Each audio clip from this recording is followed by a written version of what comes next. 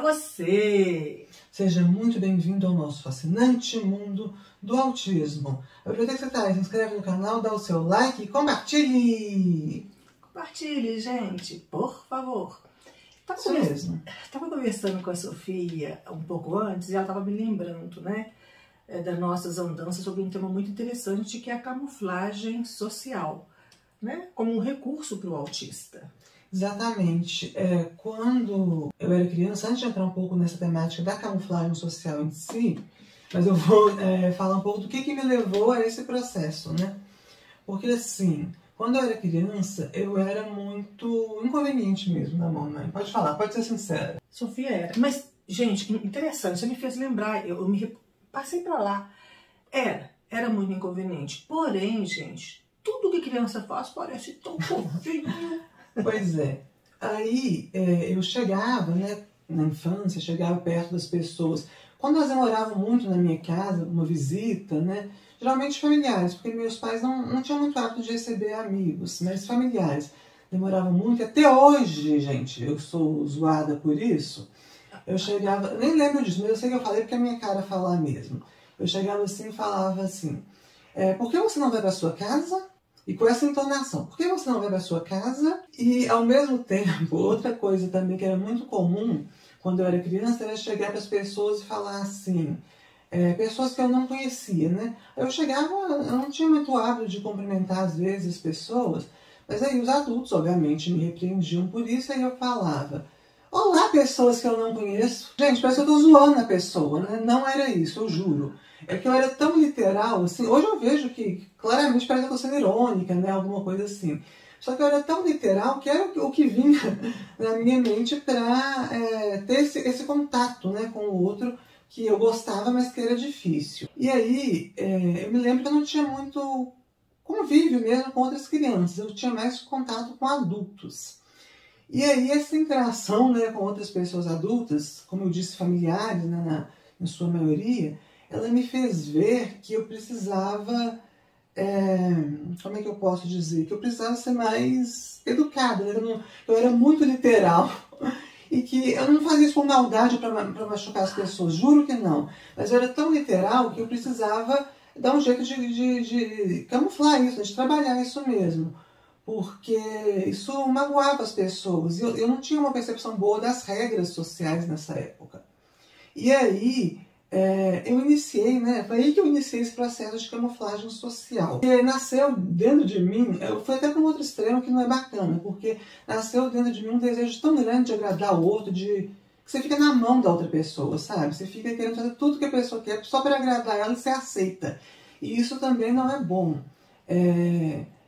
Parece, né, que eu sempre tive isso comigo, de querer agradar, querer ser aceita, querer ser adorável aos olhos do outro.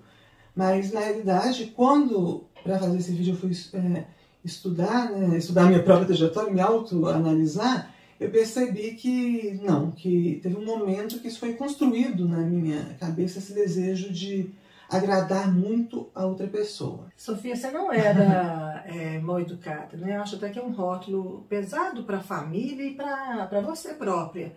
Na verdade, você não conhecia os códigos. Exato. Porque a partir do momento que você explica, e era muito interessante, que eu sinalizava para ela, isso não é social. Por fim, ela começou a me perguntar, mamãe, isso é social? Posso falar? E a parte que eu falava com todo mundo, gente, isso não é social, não façam isso. Aí minha avó, coitada, virava alvo da minha crítica, da minha observação, não era uma crítica, que não era social, algumas coisas que ela fazia também.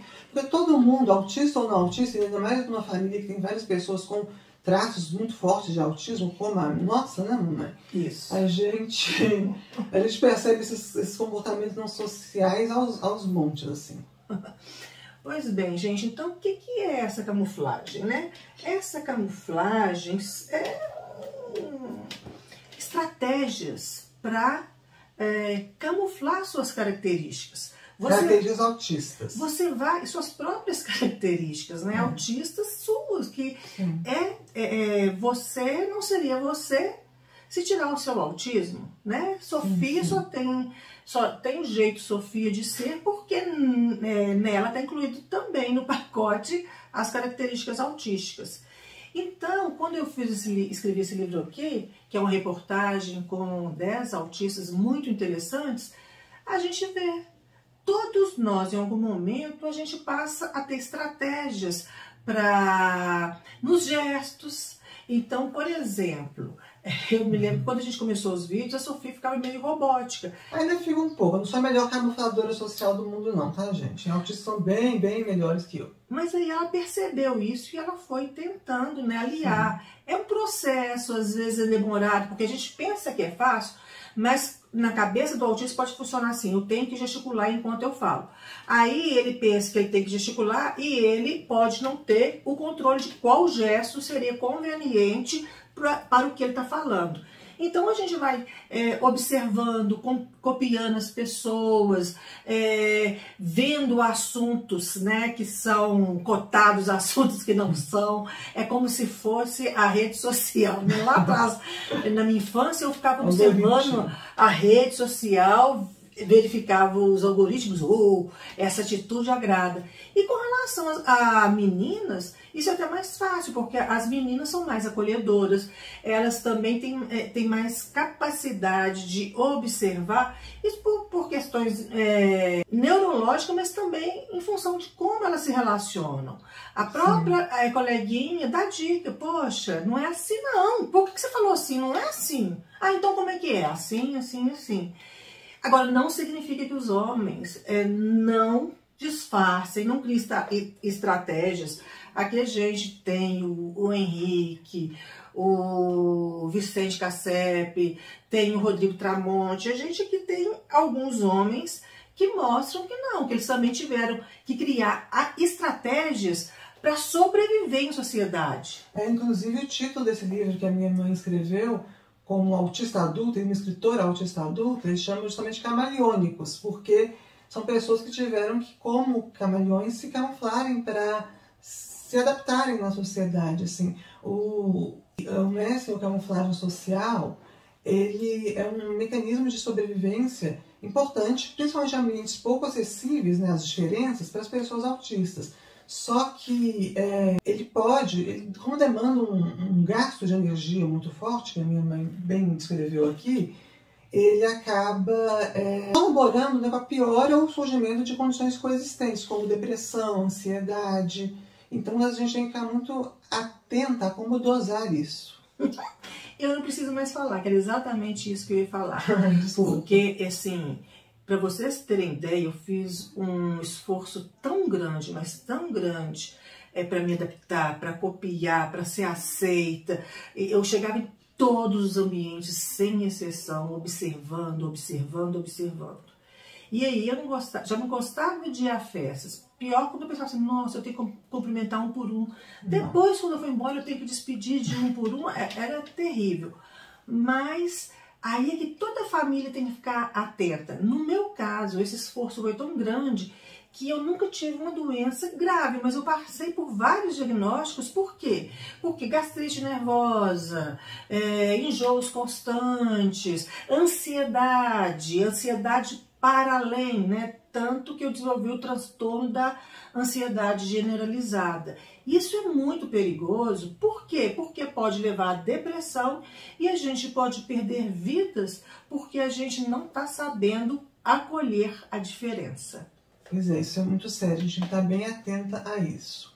Na minha experiência, a camuflagem social, ela também teve um surgimento porque eu sempre gostei de observar as pessoas. Eu acho que, talvez por elas serem tão complexas, né, assim, tão cheias de nuances e camadas, e eu não consegui decifrar isso bem, eu fui tentando compensar isso e desenvolver um gasto de energia mesmo, que talvez seja até maior que uma pessoa típica, né, porque a pessoa típica já tem uma certa intuição para fazer isso e tudo mais.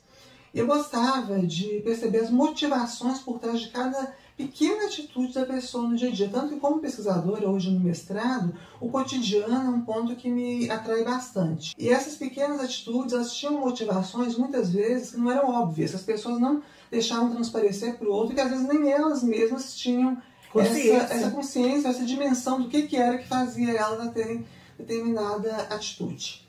E aí, eu comecei observando, né, primeiro, a montar personagens mesmo para os grupos sociais. Então, eu não me orgulho muito disso, porque parece que eu sou uma pessoa até muito falsa, não é o caso.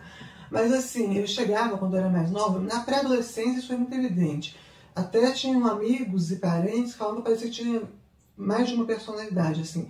Porque os grupos tinham características diferentes e para ser aceita não tinha que ter um determinado posicionamento e para ser aceita em outro tinha que ter outro posicionamento. Então, eu, não por maldade, mas por esse desejo de ser aceita, eu reproduzia, né, o que as pessoas pensavam e se comportamentavam nesses grupos e eles eram diferentes entre si, claro. Eu lembro que eu tinha 15 anos quando eu escrevi 14 anos, quando eu escrevi o Daniele Asperger, que aos 19 anos eu publiquei esse livro, que justamente é uma história fictícia, né, sobre uma adolescente autista que sonha em encontrar com a atriz favorita dela, mas esse livro ele traz uma questão muito, muito real assim, na minha trajetória, que é justamente o fato dessa camuflagem social, como é que ela vai se dando no cotidiano da Daniele, que é a protagonista, porque é uma reflexão constante sobre até que ponto a gente tem que se adaptar para interagir melhor e ter mais qualidade de vida, e até que ponto a gente tem que abraçar as características que a gente tem, que são nossas, do jeito que elas são. E essa busca por equilíbrio, ela é muito, muito recorrente e incessante assim, na nossa vida. Pois bem, corte então para o momento atual de pandemia, quando nesse grupo que eu falei com vocês que a gente tem de relacionamentos com pessoas autistas já adultas, uma esposa reclamou que o marido parecia falso, porque ele, em cada lugar, ele comportava de um jeito. E ela percebia que em cada lugar ele comportava de um jeito que parecia que ele queria se... não é camaleonear, mas ele queria se transformar em alguém que tivesse as características daquele grupo. Então, assim, nesse grupo, já sei que a pessoa que fica mais popular, ela faz muita piada, ok? E esse personagem pra lá. Esse grupo é intelectualizado, então, ok? E o personagem mais intelectualizado. E a esposa me perguntou, poxa, ele é falso, eu não estou entendendo. Eu falei assim, não. Ele é um sobrevivente que está tentando se adaptar, entender os códigos do grupo e ser aceito por esse grupo. Agora... Todo mundo quer ser amado, né, gente? Precisa ser assim o resto da vida? Não, porque agora, inclusive o diagnóstico recente, vai conhecendo as estratégias, os códigos, não para camuflar, mas para você ser você mesma, sem ofender ninguém. Porque, gente, a intenção não é transformar todo mundo em igual, não. Não mesmo. A intenção é abraçar e acolher as diferenças, porque só assim a gente pode ser mais criativo e mais humano. Não é isso, Sol? Isso mesmo. Então é isso, pessoal. Até uma próxima. Até mais, pessoal. E lembrem-se de seguir a gente no Instagram, @mundo.autista, e no nosso site, mundoautista.ai.com.br. Um grande beijo, pessoal. E até a próxima. Tchau, tchau.